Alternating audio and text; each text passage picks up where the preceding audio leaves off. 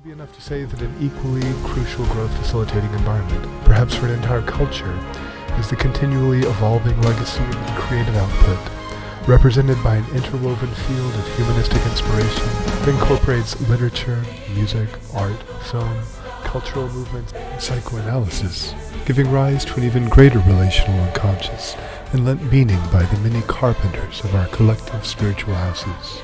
Will Ferrell's character, the film itself.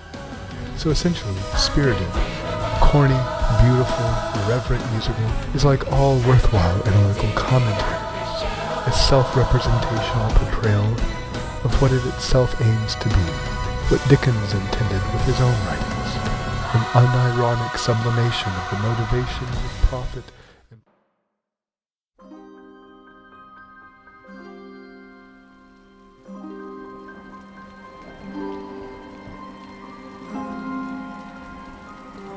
Do people really change? I mean, real, lasting, positive change? I sure hope so, because we are in the business of change.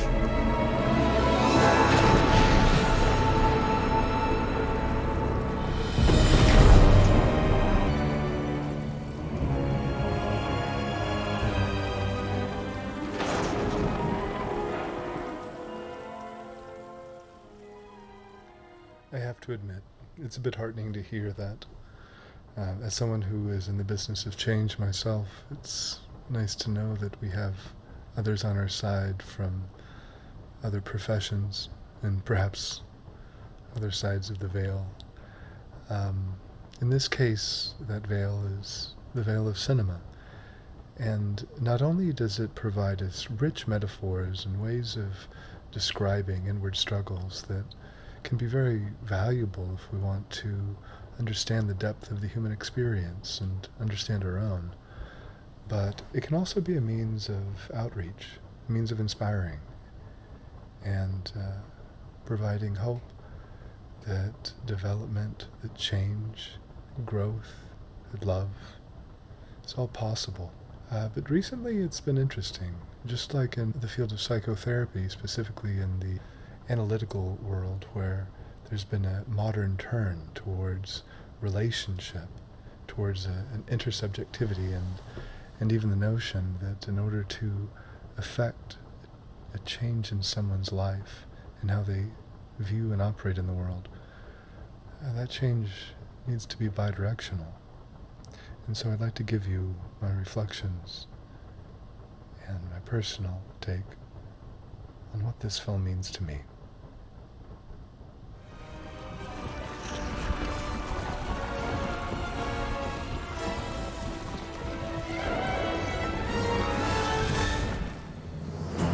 So for those of you who haven't seen it, or perhaps those who don't remember, Spirited is a holiday musical starring Ryan Reynolds, Will Ferrell, Octavia Spencer, Sunita Mani, and Patrick Page, which takes the Dickens classic A Christmas Carol as the basis for a sort of self-referential song and dance performance, which I believe is genuinely intended to provide the audience with an opportunity for a sort of associative life reflection, as well as a humanizing lens for the types of self-interested or antisocial attitudes and behaviors of his two lead characters.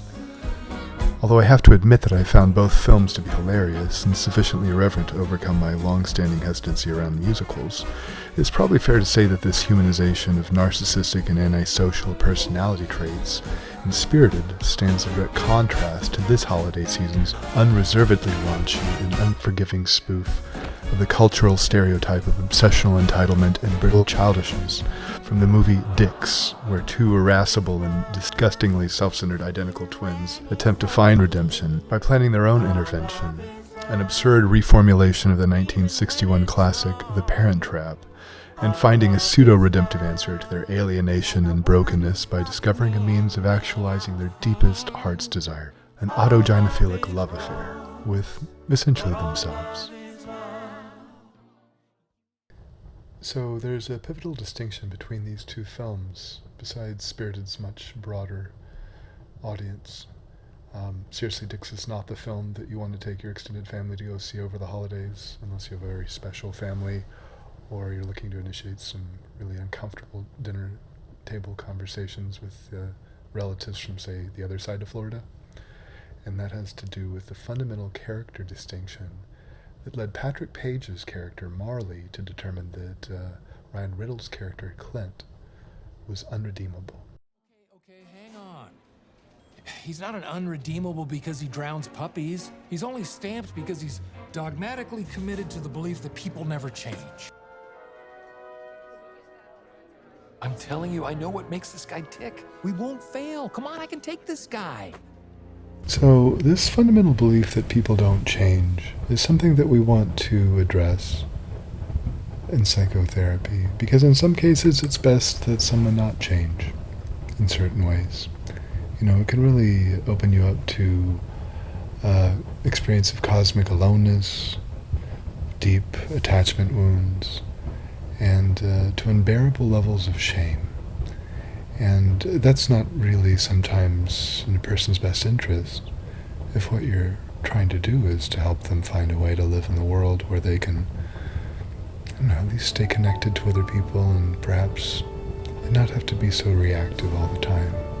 So as I mentioned before, the two lead characters of the musical Dicks seem to provide a fairly merciless caricature of the exhibitionistic subtype of narcissistic personality disorder.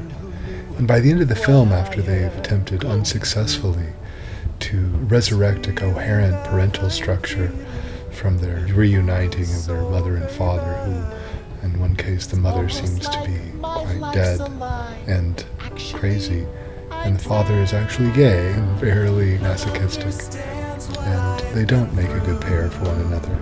So what the two boys are left with is a need to live in the world where other people, besides these reflections of themselves, don't really matter. And this is called hyperreflexivity, and it's the attempt of a narcissistic personality disordered individual to live where others are unnecessary, which also means that the individual will be insulated, not only from the shameful reflections of others, but also from the healing potential of love. So really at the heart of this need to escape one's own humanity is a legacy of trauma that's centered around an experience known as mortification. Mortification is essentially a psychic death, an experience of coming in touch with the affects of such utter unlovability, shame, emptiness, humiliation, that one is essentially consigned to dwell as an empty and hollow individual, much like a homeless person in the depths of an impoverished city in the global south. And this experience lives on inside of individuals who carry the profound narcissistic wounds of early caregiver misattunement. And this can be brought up through closeness to others. There's this miasma of emptiness and betrayal and hurt and hopelessness that one needs to spend one's whole life avoiding, as if one could run across the ocean if one only keeps moving fast enough. And to slow down is to sink, without the hope of regaining one's footing. To recognize, first of all, that this is going on, that this experience of sinking when one becomes close to someone else, and especially if there's shame that's elicited from the activation of these unconscious defensive mechanisms, to recognize that the sinking isn't actually the badness in the other person, but it's the legacy in oneself, and one's own ways of getting in the way of love, getting in the way of being lovable, getting in the way of even being a human being. And to call attention to this is devastating. And there's quite a lot to work through there. When we talk about the schizoid core, this exists also at the heart of many forms of antisocial, borderline, and narcissistic personality structures. Only there are these ways of evading that fate, of being unconscious of it, living in a world where one is self-contained and self-righteous. And to overcome these habits requires quite a lot of willpower and patience and the capacity to endure suffering at a level that one may have never imagined. generally it requires a helping relationship. And that's where we are brought back to this relationship between Will Ferrell and Ryan Reynolds, and how in order to trust that relationship, it had to be impervious to mutual influence, mutual disclosure. And it just happened to be something that the two souls who both have a legacy of running away from this type of pain were able to provide for one another. So let's look at Spirited and the redemption of the lost soul. First of all, it might be important to clarify what I mean by antisocial. I'm assuming here that Ryan Reynolds' character is more of what Milan would call a dissenting personality, a premeditating antisocial, rather than someone with a full-blown antisocial personality disorder. Milan states, whereas the disorder uses various forms of deceit to achieve its own ends, the antisocial style is slippery, tending to finesse critical points and spin objective events to its advantage without engaging in outright deception. Whereas the disorder is far too impulsive to consider the consequences of its actions, the style is naturally spontaneous and self-indulgent, but knows when failure to delay gratification would violate social norms or lead to substantial harm to self or others.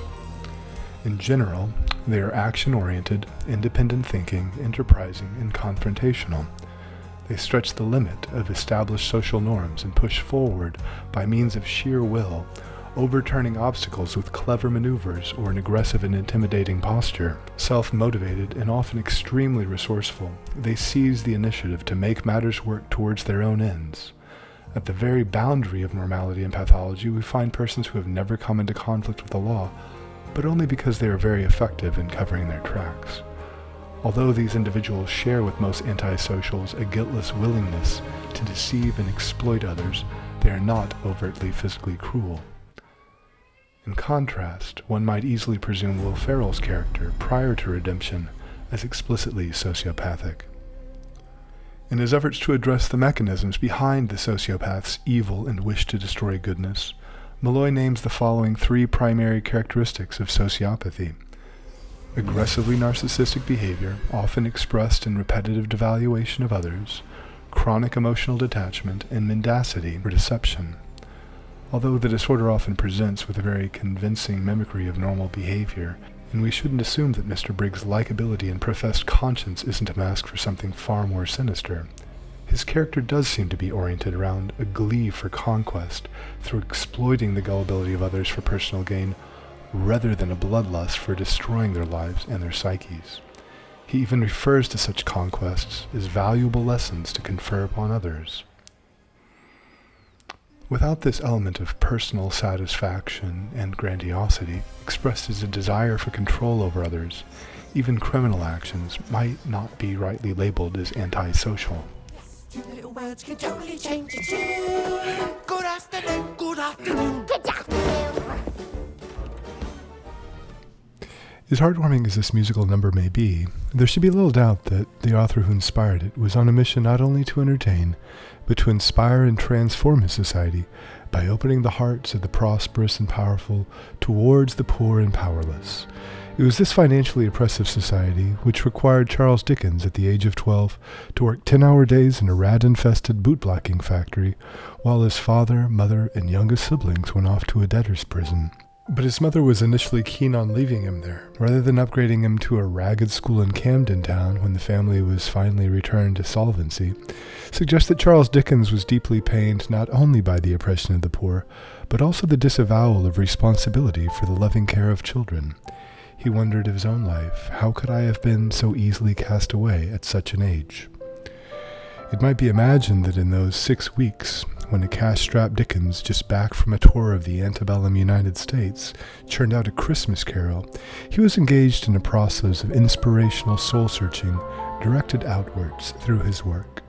As his writing of the tale unfolded, he later reflected that he wept and laughed and wept again as he walked about the black streets of London 15 or 20 miles many a night when all sober folks had gone to bed.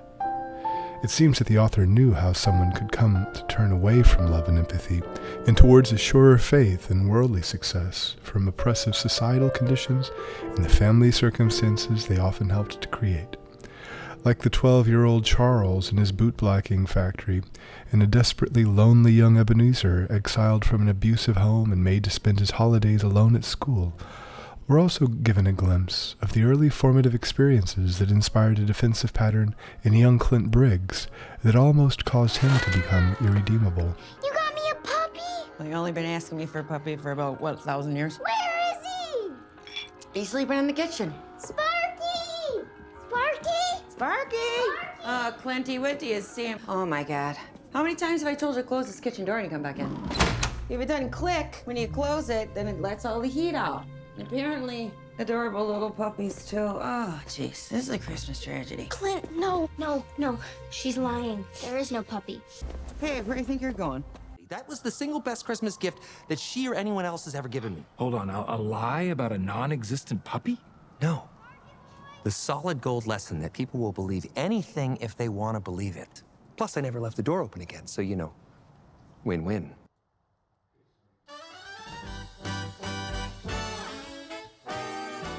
So just like in contemporary psychotherapy, the path of redemption dreamt up by Charles Dickens involved considerable mutual examination of a person's life. I love you, but you have no clue how to be a mom. Your sister was always really good to you, wasn't she? It's okay. I understand how he feels. I really do. Okay, I don't. You are incapable of putting anyone ahead of yourself, and oh my God, I'm so done with it. When examining episodes of rejection or pain resulting from one's past behavior, it's often natural to seek some level of understanding or even validation. So I was a little pig-headed. Weren't you ever in your 20s?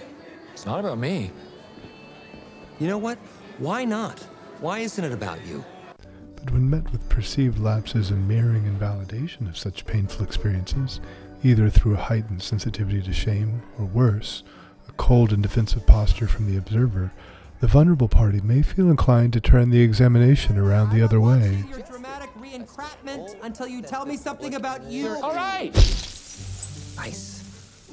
While theoretical movements and individual approaches may vary in the use of explicit self-disclosure, it's inevitable that there be some degree of permeability in the client's access to the real affects in both the conscious and unconscious life of the psychotherapist. Even the subtle communication of discomfort with the client's attempts to pry apart the steel door of the more classical, medical, or insufficiently self-examined practitioner's closely guarded inner world can signal to the more deeply defended and thus more deeply injured client that upon crossing the threshold of his own tangled inner depths, there's a fair chance that he may find himself insufficiently seen, understood, or courageously cared about. For Will Ferrell, self-disclosure is definitely on the table. You asked if I was ever alive. And he reveals not only that he can understand the challenges of a mortifying self-examination, but he offers a vivid portrayal of the breadth of a personal characterological journey that's often reserved for peer addiction groups and sponsors. Okay, yes, you were a huge dick. Wow. The only other unredeemable to go through the program. So I do understand the weight you carry. Sooner or later, it becomes unbearable.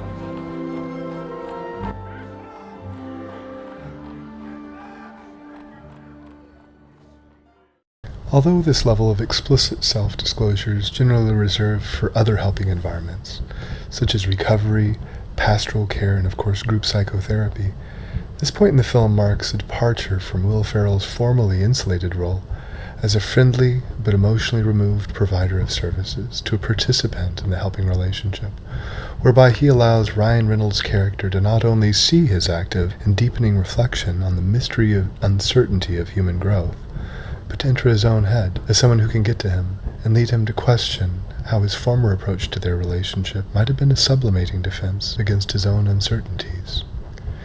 It's this openness to humbly and mutually navigating the field of influence and enactment that opens the door to a new form of relationship for the client, who formerly may have had few alternatives but to defensively brace himself by divesting his concern for the subjective realities of others in a world that tends to react to his grandiose song and dance with an alternation between enabling participation and condemning rejection.